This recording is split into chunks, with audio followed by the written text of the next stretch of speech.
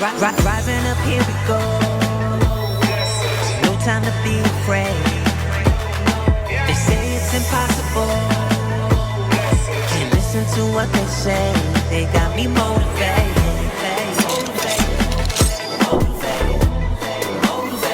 Oh yeah, I'm motivated.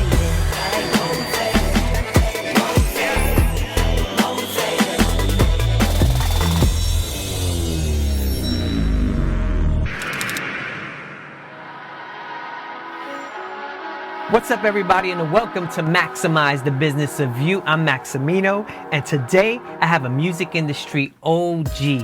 He's gone from working on street teams to becoming vice president of DefJam to working with Jay-Z at Roc Nation, and now he's on his new venture with Dwayne Wade. Everybody, give it up for my brother Shawn Pecas Costner. What's up, Shawn? What's up, Max? How you doing, brother?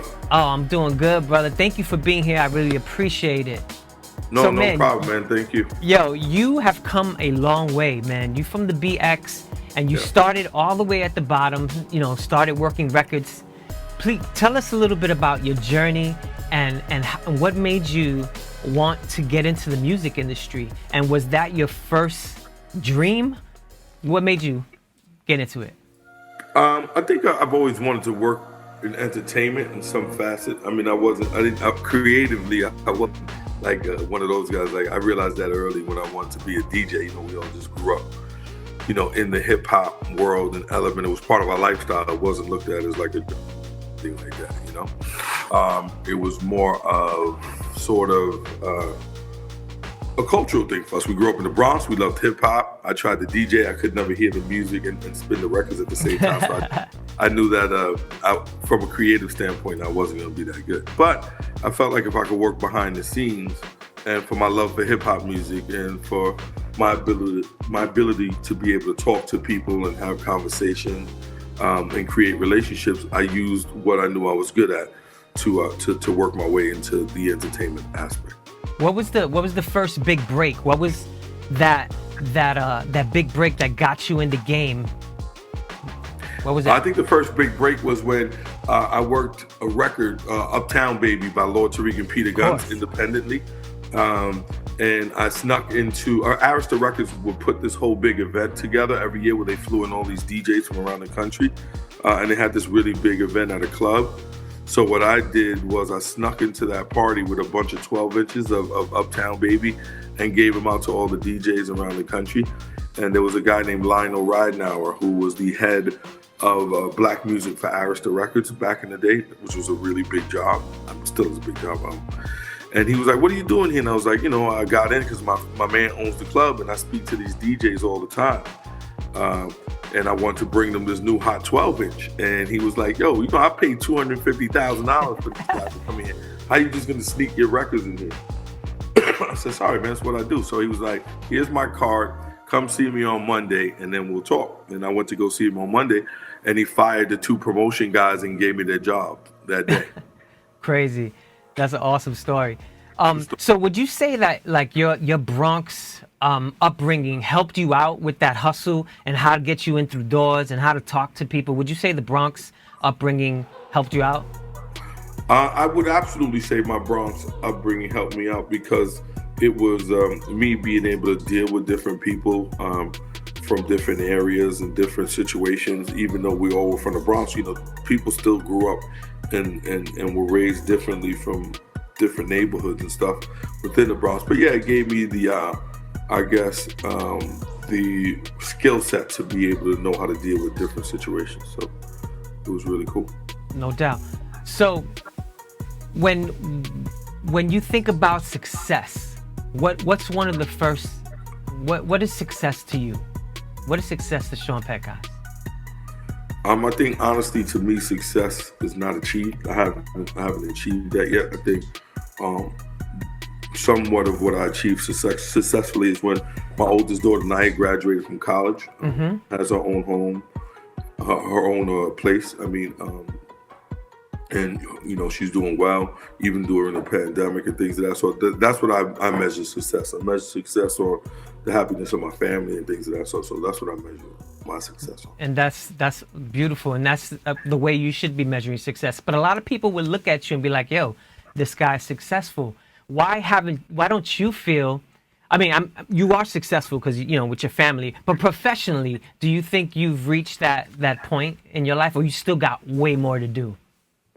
Oh no, I still feel like I have way more to do. There's so many more things I have on my bucket list that I want to accomplish before I'm not here to grace the world with my presence anymore. But when I think from a business standpoint and the hustlers that are inside of us, we never stop. You know what I mean? It's like, once you conquer one thing, you want to keep learning, grinding, and the world changes. Things change. I mean, look, there's even Warren Buffett, Elon Musk, guys are billionaires, but they don't never stop, right? When they feel like they conquer one part of the business, they move on to another thing to help keep them intrigued and their mind going. So, I mean, I'm, trust me, way far from those scalable guys, but at least I want to look at that scale to be able to push myself, Absolutely. So you've worked with so many artists. I think a lot of people don't know the caliber of artists that you've worked with. What would you say is your secret to helping these people out and having them trust you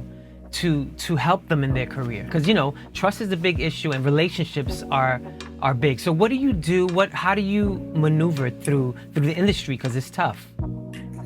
I think the good thing about artists is that they're always new and great ones. Like maybe every 5-10 years, there's always new and great ones. I think the great thing about artists is trust. They learn to trust you, and you just got to be able to keep on delivering. If you can keep on delivering and doing things, they'll always be there. Some of the big artists I've worked with, some have become close friends, others haven't. Some have.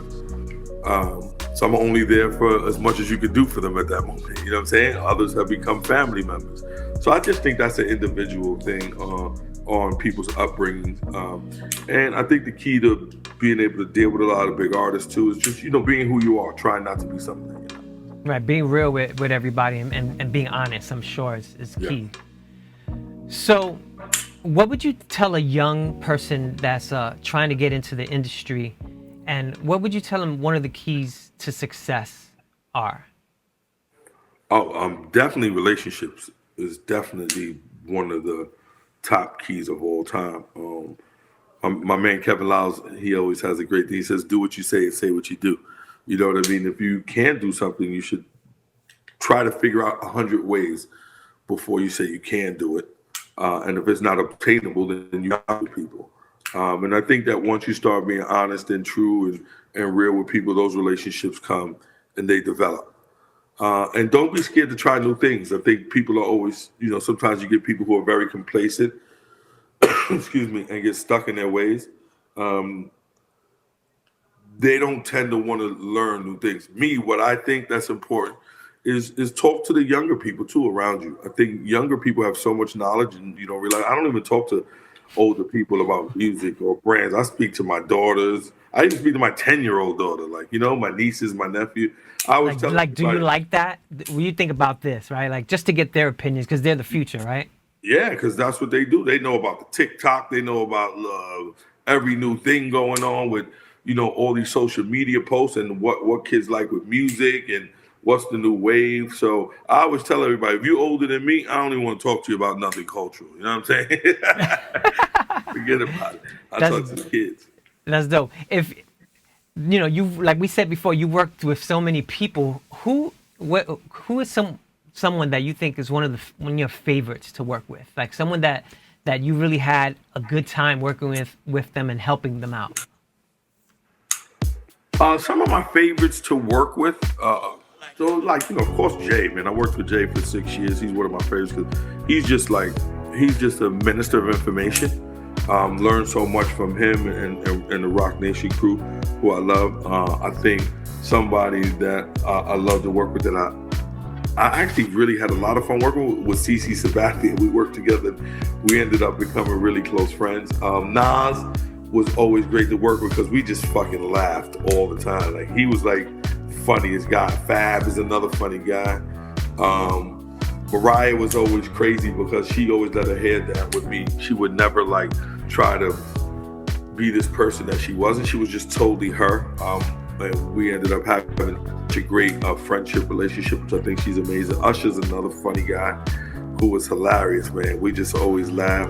So there was a lot, but I think from a business perspective, between Nas and Jay, because I personally love them as artists, and then just to see how they evolved into these big businessmen, Jay from a business perspective on building his Roc Nation empire, and then Nas from all these amazing smart investments that he's made over the years with his business partner Anthony, I think is great. Me and Young Jeezy were like twin brothers. I think our birthdays were like 2 days apart, so we used to call each other birthday twins. And he was just such a hood ass nigga that I just loved being with him. Like we could just go to like be on a boat somewhere in Miami one day and then just be like in the middle of the illest fucking block in Atlanta the next day, and then be like on a boat in the south of France the day after that, all with the same t-shirt on for 3 days straight. You know what I mean? Like just changing your white tee. Like, so he was one that I really loved.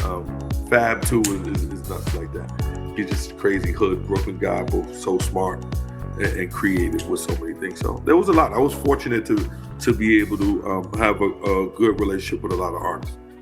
Dope. So you were at the top, I mean, pretty much almost at the top of the music chain when it came to executives. What made you make the transition from music to sports? Because, I mean, I guess there's a great crossover there, but what made you say, you know what, I think it's time for me to pivot and head this way? What was that about? I wanted to learn. I wanted to learn more about. First of all, I was passionate about sports. I was spending a lot of time with Carmelo Anthony at that time when he was playing with the Knicks. I was spending a lot of time with CeCe at that time when he was active, before he retired with the Yankees. And then, Victor Cruz is like my brother. He played with the Giants. So it was weird. Like, as a kid, you don't think about this stuff, right? Like, think about this, Max. I'm a kid, right, from the Bronx. And I love the Knicks. I love the Yankees. And I love the Giants. And three of my closest friends are the superstars for these teams. You start bugging out, like I'm here, pinching myself, like, am I corny? Am I like being a groupie? But no, like I was having real relationships with these guys because I was helping them with a couple of business endeavors. They were helping me to be knowledgeable. So I thought like it was something that I wanted to do because I wanted to learn so much more about the interaction of music and sports and why it was such an allyship, And so Jay at that time gave me the opportunity to help his sports business grow with Juan, which was amazing because I feel like to be a better music executive or executive in any business, I think sometimes if you take the time you never really get the opportunity, right? When you're taking care of your family to try something new where your money's gonna be okay, your family's gonna be okay. So I did it because I was so passionate about sports, but I had the opportunity to make money and help a business grow at the same time. So it was an opportunity of a lifetime. I wouldn't change it for anything in the world. It must have been an amazing experience. Oh, and man. Now, yeah, it must have been. And now you've moved on from Roc Nation, and now you're working with Dwayne Wade with his new venture. Tell us about that situation, and again, what made you make the jump from there to Dwayne Wade's situation? So after a while, after I started to get to learn more about the business of music and the business of sports, brand consulting is something that was very interesting to me from like brand marketing. So with D Wade, he started this company called AMP, which is short for Amplify, which is part of CAA, which is Creative Arts Agency, which is one of the biggest agencies, if not the biggest in the world. They started off representing TV and movie deals and things of that sort. Now they do like arenas. They do a lot of big business on putting stuff together. So the sports division was started by two guys who are my great friends now, Michael Levine and Howie Newchild. And under that, they started a brand consulting company that does consultation for major big businesses. So when D Wade was playing, he also was a businessman. So he wanted to not only be brand ambassadors for businesses, right? Like say he was a brand ambassador for the Jordan brand. But then he took a shot and thought outside the box and said, hey, if I want to do my own shoe deal, why can't I do a deal with a company like Li-Ning in China and become get equity in the deal and become a partner and make some real money, you know? So with that, his business concept, and by the way, he's one of the most creative guys I've ever met in my life. To see him in the business environment is just a show within itself. And outside of him being a winner, we talked to each other about doing this thing. And I felt like, and he felt like this is what he wanted to do. He wanted to see more people like him on the other side of business. He wanted to see more people like him telling his story. He started this company, which is a multicultural brand strategy development company within CAA. So him and Michael Levine got together. They spoke about it. They already had the brand consulting department. They wanted to put a small team together. And thank God I was the first person on his list. Dope. How has COVID affected your workflow? Because I remember, if I'm correct, a lot of your business was person-to-person communication, flying over here to make sure this person is good, flying over here. How has COVID changed your workflow? How's that happening? It changed everybody's. It only changed my workflow because of the fact that, I'm a personable person. Like I go out, I talk to people, I have business dinners, I'm always in meetings and things of that sort. So a lot of what I do is hands-on. I think the great thing that the COVID situation did for us from a brand consulting standpoint and from, Black Lives Matter movement and things of that sort, we were able to talk to companies and teach them how to become more diversified, how to change their approach on how they market to, Gen Z, to millennials, to African Americans and the Latino X community. So I think that knowledge that I had, along with my partner Desmond Marzette and Alicia, who works with us as well, is that we were able to give these companies real knowledge. So it didn't necessarily miss a beat. And the great thing about CAA, they did a wonderful job of making sure from Zoom calls and WebEx is that we were all able to continuously have meetings, push the needle, do what we need to do, still sign a couple of acts here and there, a couple of big acts we signed over the COVID, because in times of hardship, people make adjustments, right? Real, like smart people, you have to make adjustments to what's going on in the world to be on top of your game. And I think for me to be part of CAA and to get that knowledge that I want to get from the best in the game at that time has been great for me, thank God. But there aren't a lot of people who are doing well, and that's why there's still so much more I want to do to give back to the community and help out and figure out how we can help our peers. Absolutely. So now your CAA situation, does that put you back in music? Are you back in the music game, or is it a range of a bunch of things now? I never left the music game, man. The music game is in my heart. Everybody always says, I said, no, I just did. I worked. My concentration was sports, but I worked for Roc Nation, a music company. You know what I mean? Right. And CAA has a huge, humongous music department run by a fine gentleman named Rob Light and Joe Halley and Mark Cheatham, who are great guys. They signed Cardi B, Unwell. They signed Little Baby. They have a Future. I can go on and on. Maluma. There's some big artists that are signed from a music standpoint, J-Lo, Beyonce. And with that, it's just like, I'm still in it. Music has always still been within my reach.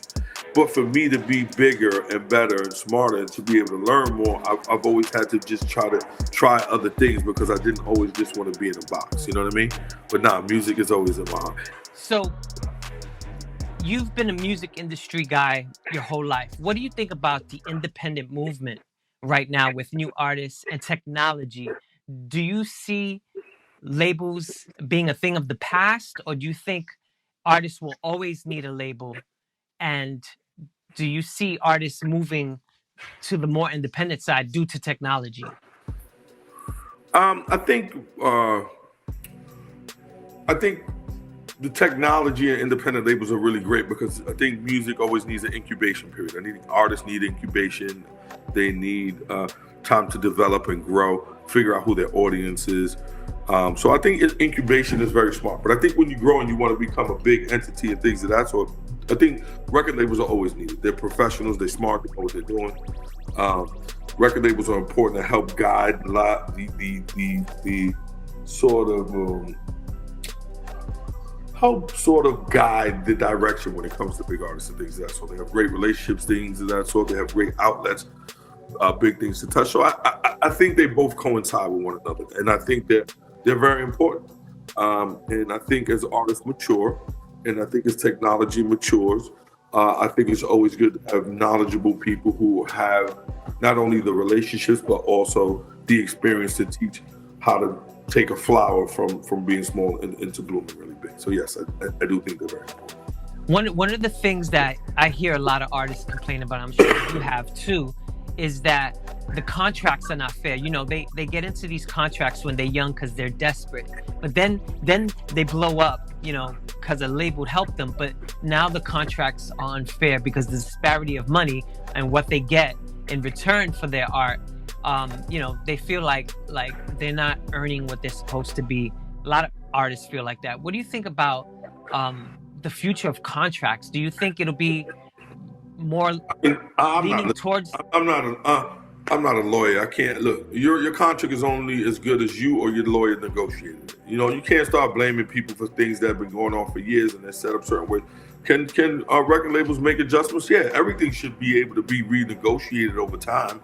I believe. If there's but success, you know right? What you're signing. Sometimes you're a young artist. You're like go hung.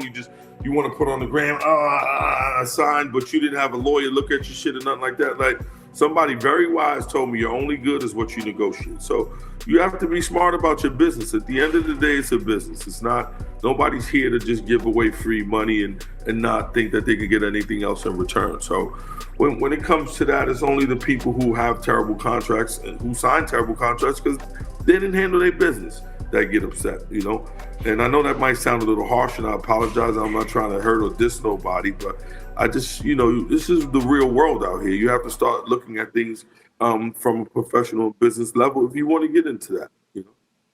Right. So I think for me, I think what's important for artists is to develop, since they have social media, develop a social media follow where they could negotiate and get better deals.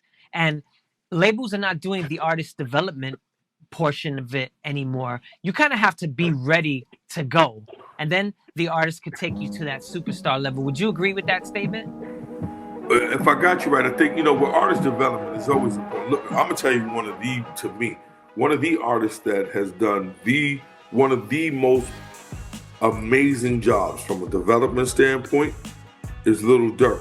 Lil Durk was signed to DefJam back when I was there almost 8 years ago, and he never stopped growing. Then he went, I guess whatever label was at, he went to like a smaller independent incubation label. They signed him there, and he just kept growing. Not only that, but he put his crew on, and I mean, you know, he's growing up in Chicago, so it's kind of hard just dealing with a lot of the hardship that he's dealing with. God bless him and his family, but it's just like he did an amazing job of sticking with it. He went around, he met people, he developed relationships, but now he's on number one records with him and Drake and things of that sort. So I think artist development, you know, and that takes some time. So I think it's pretty awesome. So you're a busy guy, right? And you have a beautiful family. How do you balance family life and work life? I make the time to balance. It's hard, you know. I have to make the time because, you know, I've raised one beautiful daughter, 24, Naya, I love you.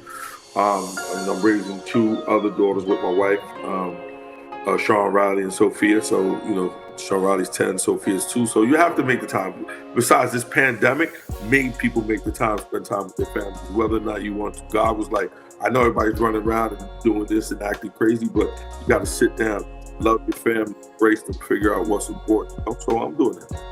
Awesome. And it's not easy. Trust me when I tell you, it's not. It's very hard. But you know what? Nothing in life is easy, and you have to be able to make the adjustment. Right. If you could share a few books, maybe 2 books, can you name 2 books that influenced you and kind of guided you and helped you out in development, in your personal development? I read a lot of like biographies. You know, I like D. Wade's biography. I love there's a Mike Tyson one, Victor Cruz one that I love.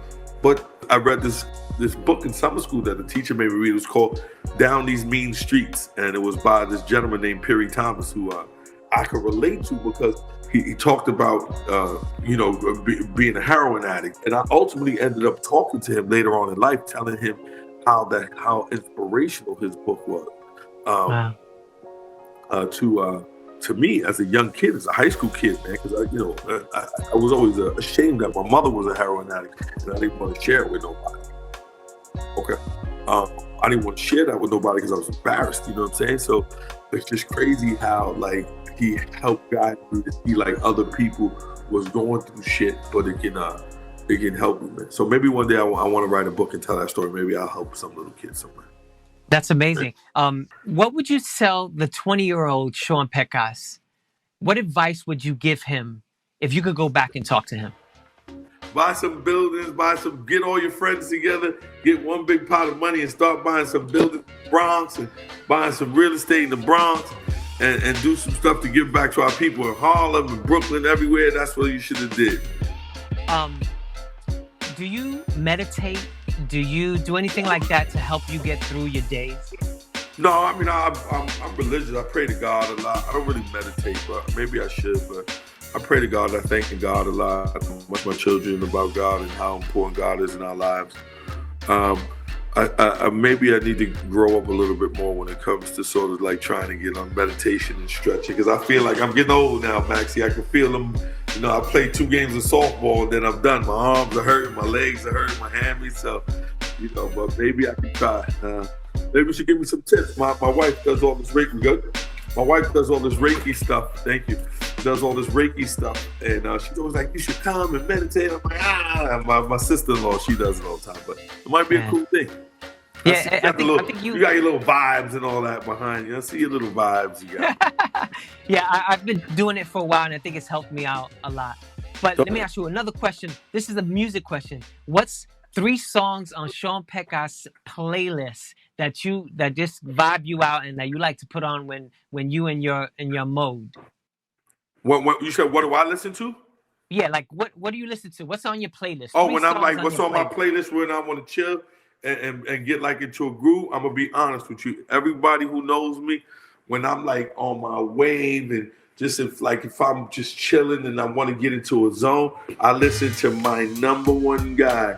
Everybody knows, Victor Manuel. I love that guy. Put your salsa on, right? I love old school reggaeton, like, you know what I'm saying? Like, I love all that. That's my vibe. Right. People look at you sometimes and be like, yo, you Puerto Rican?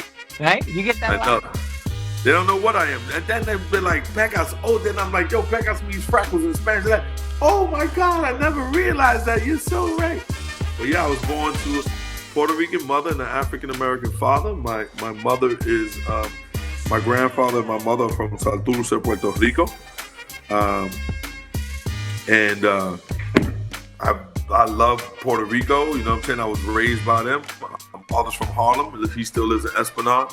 But I love my heritage, man. I was blessed to have the best of both worlds, and I wouldn't change it for anything in the world. There's no antidote. Awesome, man. Yo, well, I want to thank you for being on the show, man. Keep doing your thing. You inspire a lot of people in the BX, especially coming from the BX. Anytime, man. I don't really do these things, Max. I only did it for you because you're my brother, man. I love you. Give my man. love to your wife, your beautiful kids. Tell everybody, say what's up. Yo, you didn't even say nothing about my Sergio Ticini, man. You know what I'm saying? Come on. That's BX right here, baby. There you go. Thank you, my brother. Everybody, go follow Shawn Pecas at Shawn Pecas on all social media. He's a great guy to follow. Again, thank you guys for being here on Maximize. I hope you learned something from this episode. You can follow me at Mighty Maximino, or you can follow the show at Maximize the Business of You. Everybody have a good week and peace. There's no antidote.